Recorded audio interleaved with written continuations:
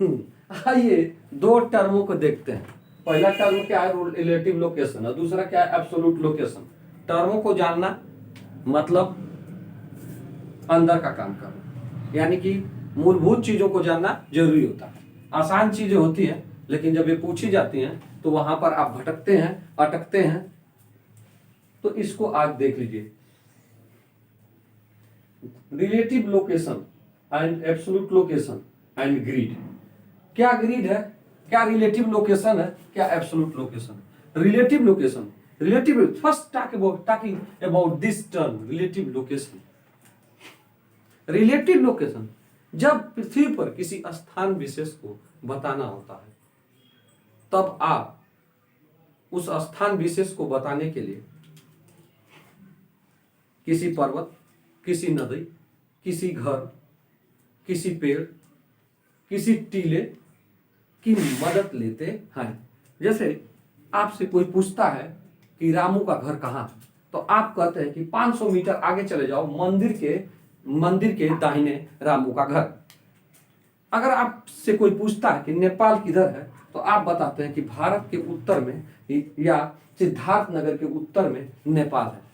तो ऐसी स्थिति में इसको आप उस स्थान को बताने के लिए, आप किसी को रिलेट करते हैं। रिलेट, किसी को उससे जोड़ते हैं।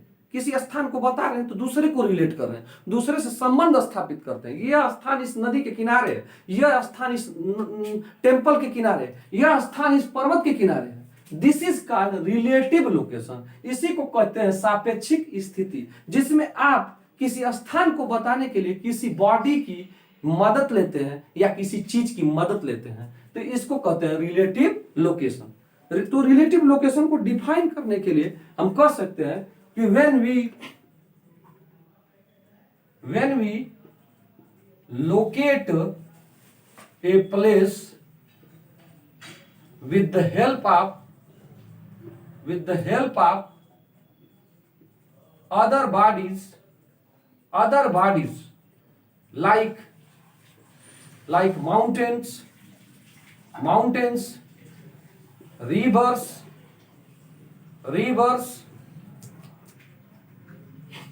a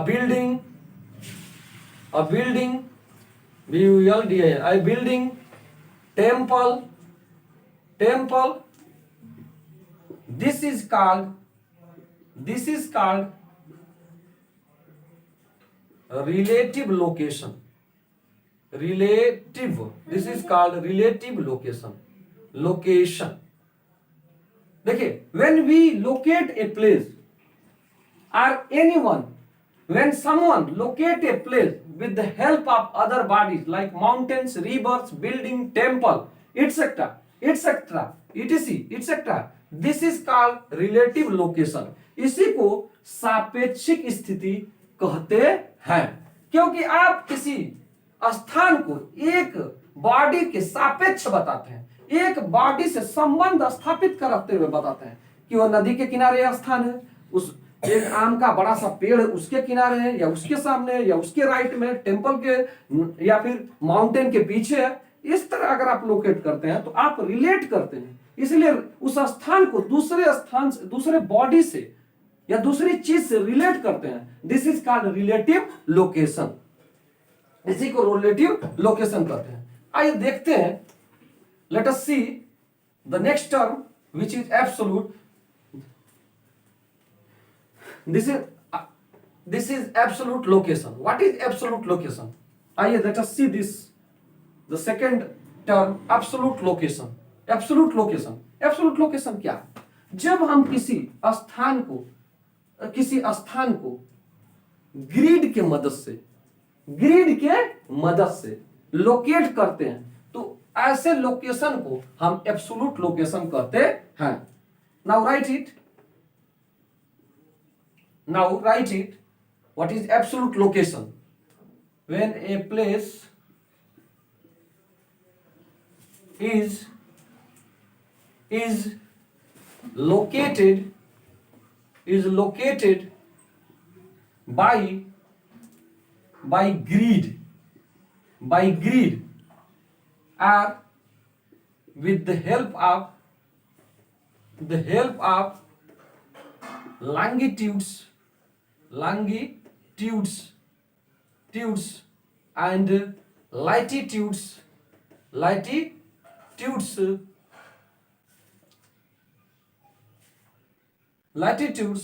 This is called absolute location. ठीक है, आराम से हो गया।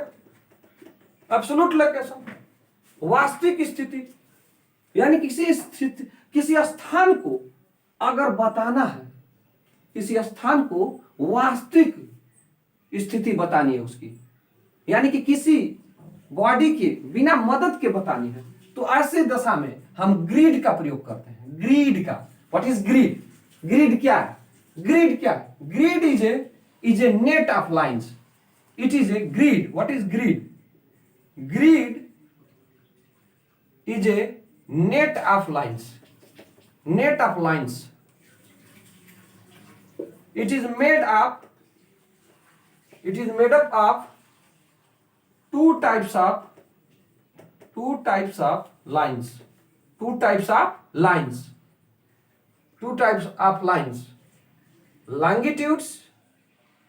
Longitudes and latitudes। देखिए, बस आराम से हो गया। इसका मतलब जब हम किसी स्थान को लोकेट करते हैं, उस स्थान की स्थिति को बताते हैं, किसके मदद से?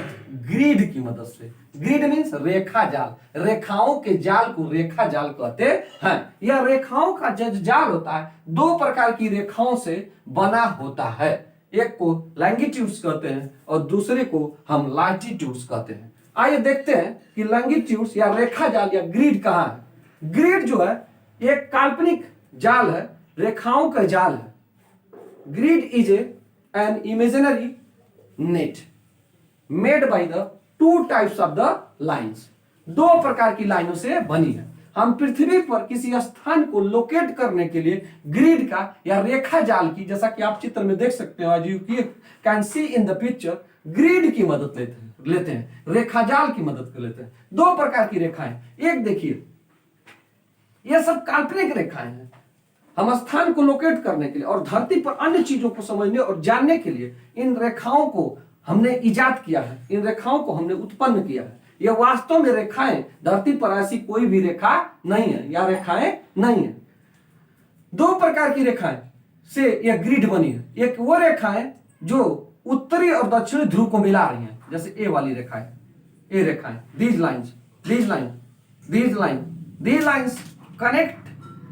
lines connect north pole to the south pole, going round and round। ये ऐसे जाती हैं, ऐसे नॉर्थ पोल और साउथ पोल पर ऐसे जाती हैं, ऐसे चलती हैं। ऐसी रेखाओं को लॉन्गिट्यूड्स कहते हैं या देशांतर रेखाएं कहते हैं।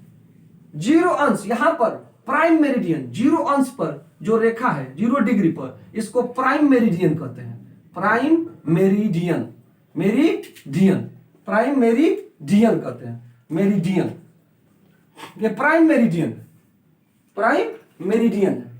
ये प्राइम मेरिडियन 0 डिग्री के पूर्व में, 0 डिग्री के पूर्व में, यानी कि प्राइम मेरिडियन के पूर्व में, यानी कि to the east of the prime meridian there are 180 longitudes. इसके पूर्व में 180 देशांतर रेखाएं तथा इसके वेस्ट में 0 डिग्री या प्राइम मेरिडियन के पश्चिम में 180 लॉन्गिट्यूड्स यानी कि देशांतर रेखाएं हैं। पूर्व में पूर्वी गोलार्ध यानी कि वेस्ट, ईस्टर्न हेमिस्फीयर, और इस प्राइम मेरिडियन के पश्चिम में जो पृथ्वी का हिस्सा है उसको हम वेस्टर्न हेमिस्फीयर कहते हैं। आइए देखते हैं। एक तो लाइन ये हो गई जो उत्तरी ध्रुव और दक्षिणी ध्रुव को लपेट रही है, ऐसे ऐसे लपेट रही है। इसको हम लॉन्गिट्यूड्स कहते हैं या लॉन्गिट्यूड देशांतर रेखाएं कहते हैं। देशांतर रेखाएं, हर देशांतर रेखा के बीच में जो कोण बनता है, कितने का कोण बनेगा? 1 डिग्री का, 1 डिग्री का। इसलिए 180 इधर चली गई तो 180 डिग्री का कोण इधर बन गया, 180 इधर चली गई तो 180 डिग्री।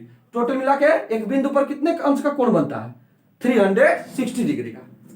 आइए देखते हैं दूसरी प्रकार की रेखाएं हैं जो कि एक दूसरे की पैरेलल है। यू कैन सी हॉरिजॉन्टल इस तरह पैरेलल गई हैं, आप यहाँ पर देख सकते हैं, ये देख सकते हैं, ये जो एक हॉरिजॉन्टल रेखा जो पृथ्वी को दो हाफ में बांटती है, इस हॉरिजॉन्टल रेखा को इक्वेटर या भूमध्य रेखा या विषुवत रेखा कहते हैं।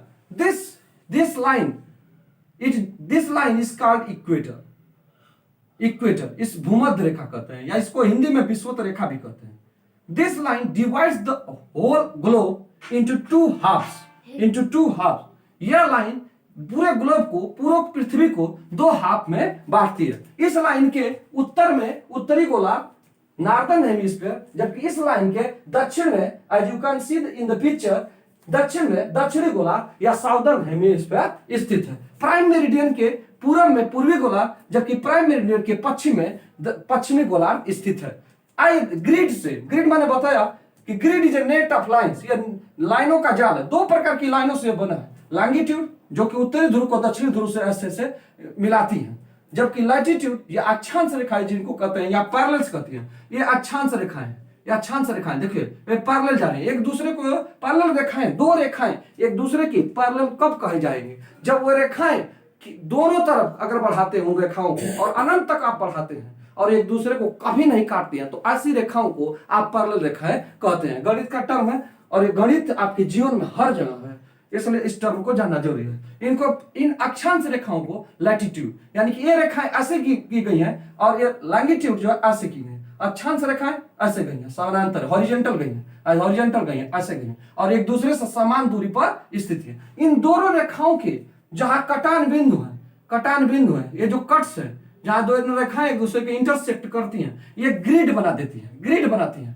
यानी कि रेखाओं दो तरह की। ग्रिड कभी बनेगा? ग्रिड तभी बनेगा जब एक रेखा इधर जा रही है और दूसरी रेखा ऐसे काट रही है उसको, दूसरी रेखा, यानी कि कुछ रेखाएं इधर की ओर जा रही है तो कुछ रेखाएं उसको काट रही है, तो ग्रिड बनेगा। यहाँ पर ग्रिड बना है, इसको रेखा जाल कहते हैं। इस रेखा जाल की मदद से हम पृथ्वी पर किसी स्थान की वास्तविक स्थिति को, यानी कि एक्चुअल लोकेशन को बता सकते हैं या एब्सोल्यूट लोकेशन को बता सकते हैं, पूर्ण लोकेशन को हूबहू बता सकते हैं। This is all about the relative location, absolute location and the grid system. That's all. आगे की वीडियो में और कुछ देखेंगे, तब तक के लिए जय हिंद, जय भारत।